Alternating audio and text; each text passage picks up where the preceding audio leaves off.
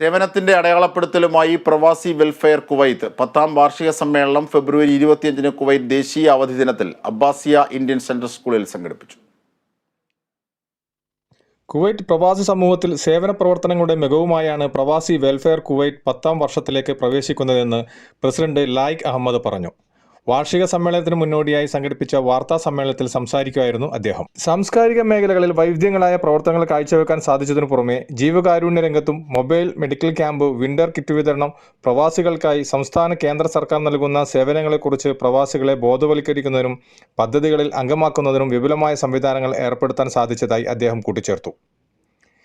ഏറ്റവും കൂടുതൽ രക്തദാന ക്യാമ്പുകൾ സംഘടിപ്പിച്ച സംഘടനയ്ക്കുള്ള കുവൈറ്റ് ബ്ലഡ് ബാങ്കിന്റെ പ്രത്യേക അവാർഡ്, കോവിഡ് കാല സേവനങ്ങൾക്കുള്ള ബ്രേവ് ഹാർട്ട് അവാർഡ് എന്നിവയും ഈ സംഘടനയ്ക്ക് ലഭിക്കുകയുണ്ടായി.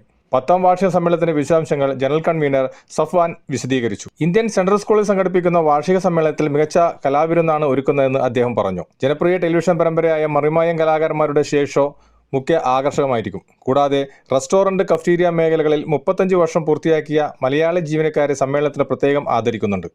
വാർഷിക സമ്മേളനത്തിന്റെ മുഖ്യ പ്രായോജകരായ mango hyper managing director Rafeeq Ahmed സംസാരിച്ചു. വാർത്താ സമ്മേളനത്തിൽ പ്രവാസി വെൽഫെയർ നേതാക്കളായ രാജേഷ് മാത്യു, റസീന മുഹമ്മദീൻ, റഫീഖ് ബാബു പൊന്മുണ്ടം, അനിയൻ കുഞ്ഞ് പാപ്പച്ചൻ, ഷൗക്കത്ത് വളാഞ്ചേരി, വിഷ്ണു നടേഷ് എന്നിവരും സംസാരിച്ചു. കേരള വിഷന് വേണ്ടി കുവൈറ്റിൽ നിന്നും IV സുനേഷ്.